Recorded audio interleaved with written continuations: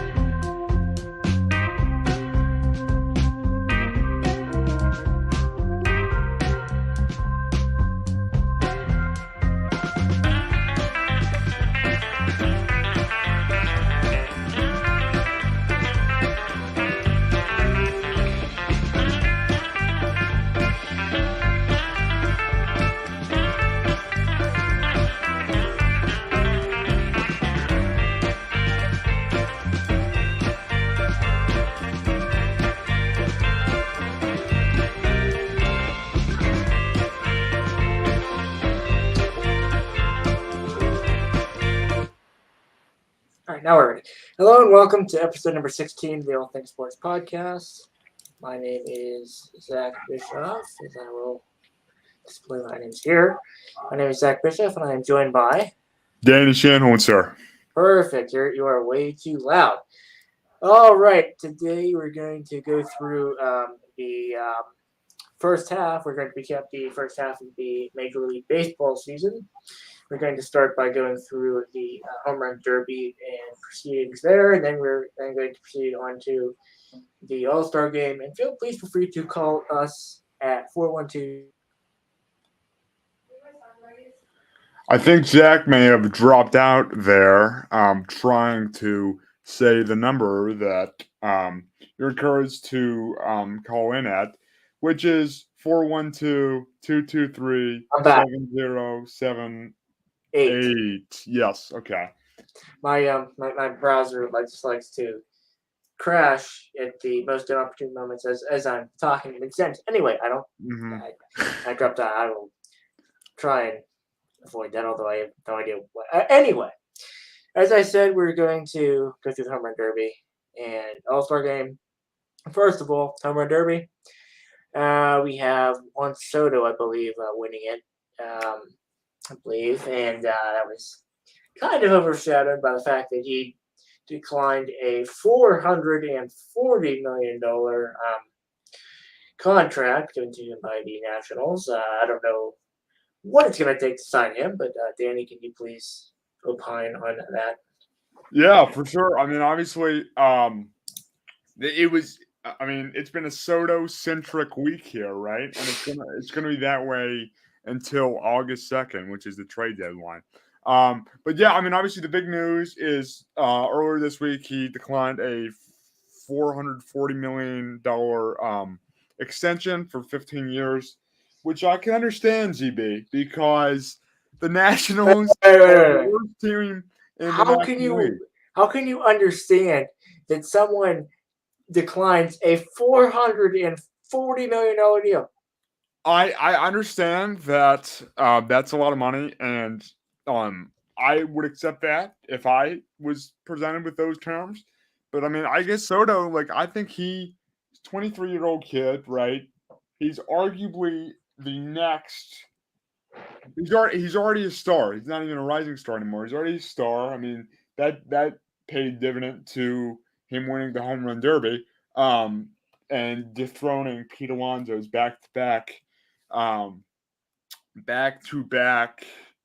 Pete Alonso basically couldn't make it a three-peat. So that's good stuff by Juan Soto. But yeah, it's definitely been a Soto-centric week for sure. But yeah. And then also I was really impressed with Julio Rodriguez too, ZB. Yeah. Because he's a rookie, man. And he hit what, 34 in the first round? That is crazy, Zach. That is just. I think that was just so cool to watch because you had the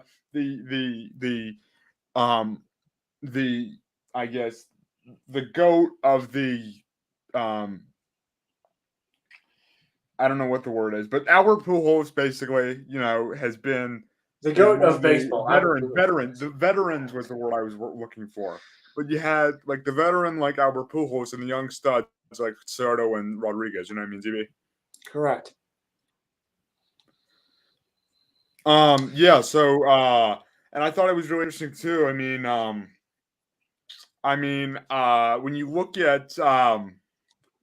When you look at the way the home run derby kind of is, I thought, and I think talked about this on the broadcast. I feel like it's almost more pressure on the batting practice on the pitcher. You know what I mean, ZB? Yeah. Did you see? Well, yeah, they were saying on the broadcast that these pitchers know where these guys want the ball. Like Dave Joust, I believe, former Pirates, I believe, first base coach. Mm-hmm. He's out there throwing to Alonso. He's been throwing them out there the past couple of years for him. So it's interesting. And I think it was Soto that was taking a lot of pitches Yeah, because he wouldn't string at strikes. I don't think. Or no, No. he wouldn't swing at pitches outside the strike zone. Yeah, No, yeah, right. he was being picky about it, which I Mm. thought was pretty funny. Now here's the thing. Do you prefer the old format, which for those of you that don't know is the old format is you got 10 outs as opposed to now. Yeah, for the last couple of years now, it has been you get 3 minutes Mhm. to hit as many home runs as you can. I personally prefer 3 minutes. Yeah, I would And agree with. and bonus time. If you hit 2 home runs over 440 feet, you get 30 seconds bonus time. Danny, what is your preferred method of the home run derby? Go. Yeah, no, I like the like you were saying. I like the 3 minutes as opposed to 10 outs because 10 outs. I mean, you get 10 swings basically. I mean, you get 10 mess ups. You know what I mean? Yep. And you can swing so many more times in a span of 3 minutes. You know, because you're just Yeah. swinging. You're hacking away. Swing. Yeah. But what I don't like, ZB, is that you automatically get a 30-second bonus with different baseballs, even if you didn't meet that 440 feet limit. You know what I mean? Or that 440 feet threshold. Did you see that? No, explain yourself. No, I don't know. I guess a lot of guys hit that 1 minute, but even like Albert Pujols, he didn't hit the 440 like that threshold, and he still got 30 seconds worth of bonus time with those fun baseballs or whatever. I don't like that. Wait a minute. So you're telling me they changed the baseballs for the home run derby? No, just for the bonus time. They went from, I guess, regular baseballs to like All-Star Edition baseballs. But it was they were like a different color. I don't know if you saw. That's new to me. All right. So yeah, it was the home run derby. It's always a fun occasion. I watched it just for the purpose of reporting on this podcast. Although I probably would have watched it otherwise, but I now had a reason to watch the home run derby. All right. Now as I quench my thirst here, we will be talking about the All-Star game next. Okay. So we have the AL, the American League, defeating the National League for a ninth Ninth, straight I think, yeah. victory for the AL. I thought the National League was going to do it, but the American League is just so dominant. And our legendary closing pitcher, David Bednar, the Renegade, as he is known locally. He is what us Pittsburghers call a yinzer, which is I don't know. I don't want to look up the definition of yinzer if you're one of our out of state listeners, or if you're one of our Norwegian listeners, then you can look up a Pittsburgh Ease. Pittsburgh PITTSBURGHESE. Look that up, and then I'll tell you about everything you need to know about the city that we all live in. At least us two. Anyway, I'm not funny. Anyway, so Danny, your thoughts on the All-Star game? Yeah, Did really you like the ump cam?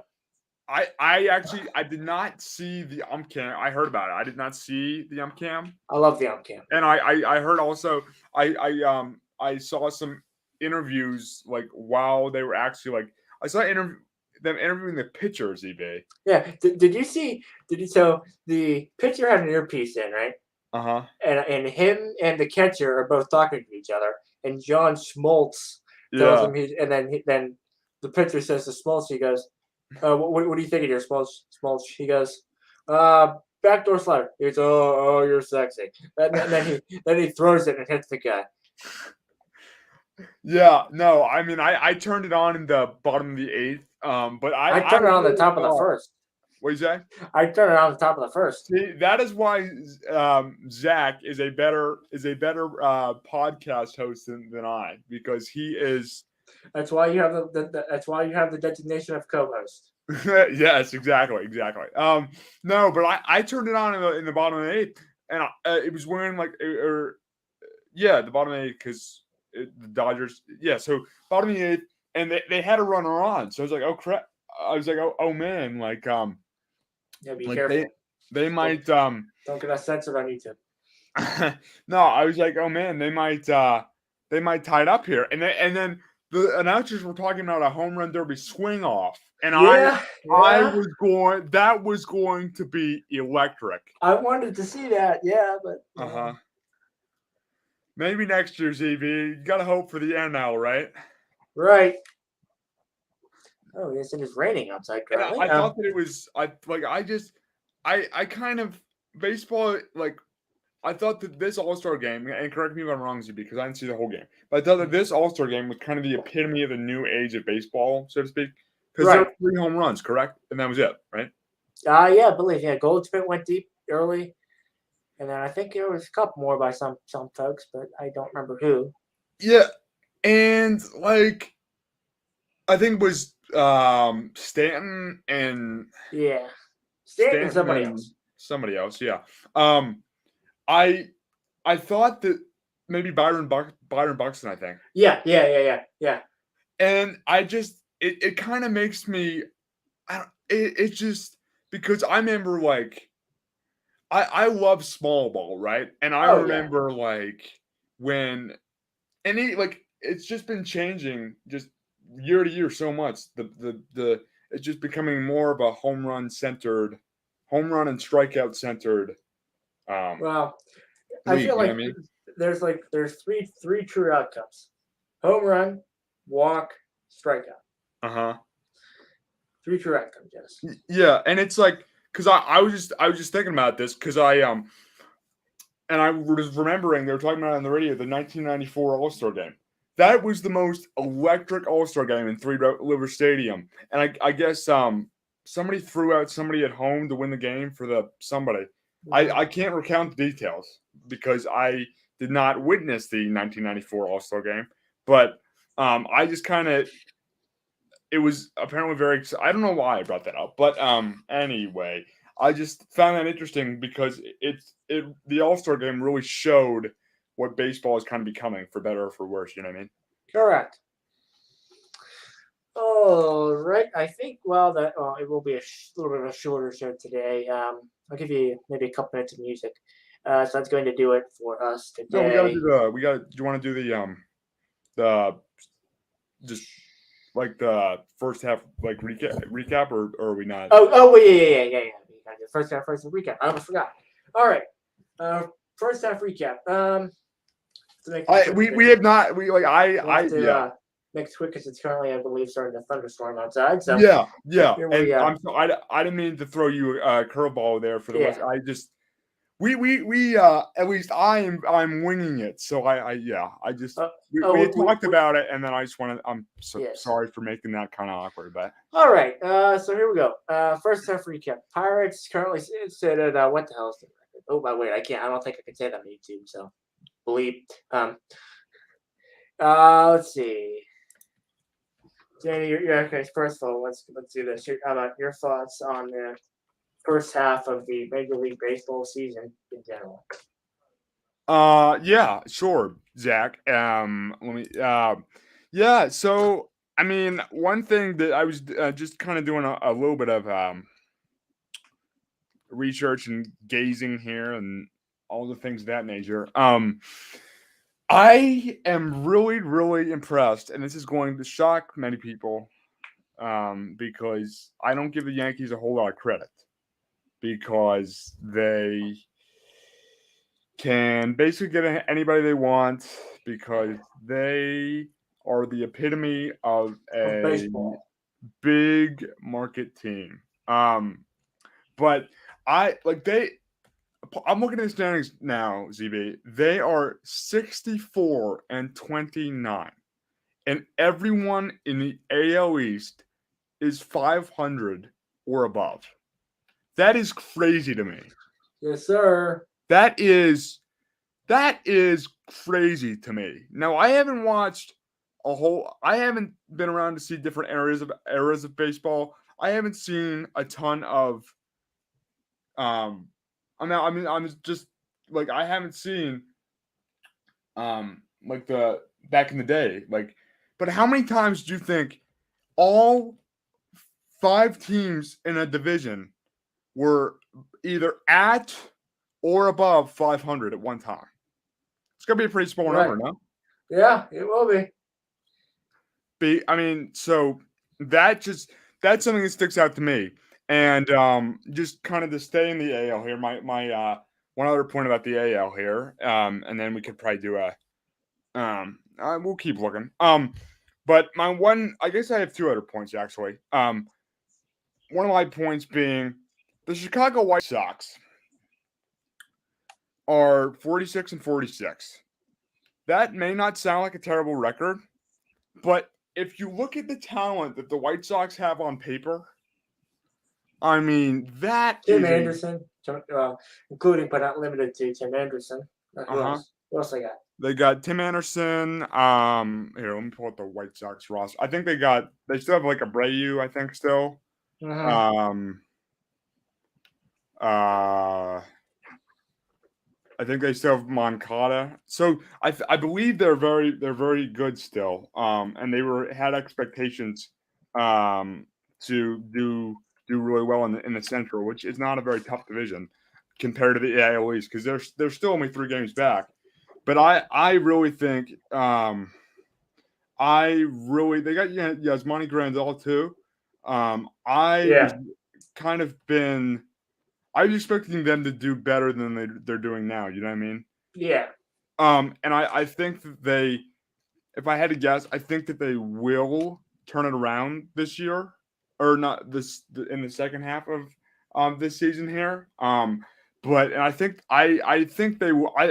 If I had to guess now, I think they'll beat up the Twins for the division, just because I feel like the Twins are always kind of in a similar position to where they kind of always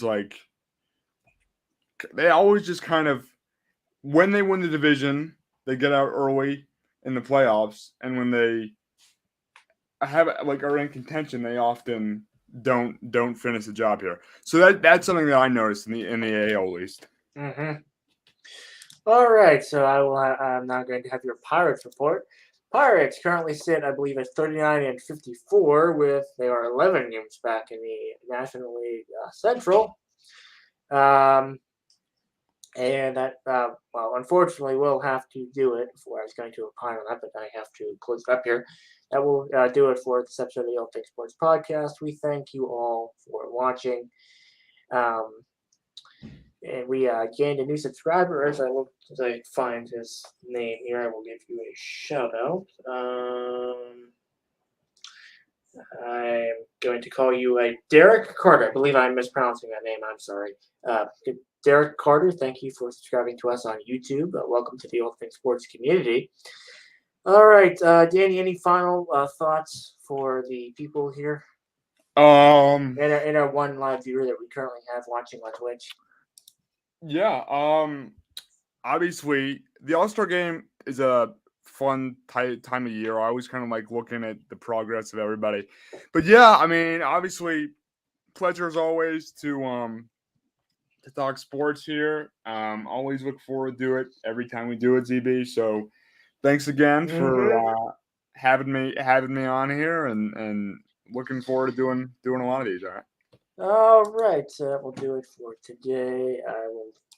We'll plan to do another live show. We'll go back to our normal range of content. We will not be doing breakdowns like we have been doing the last couple of episodes. We will be covering a range of sports. The CFL will be back in the cards here, so we will go back to our regularly scheduled podcast or regular scheduled program.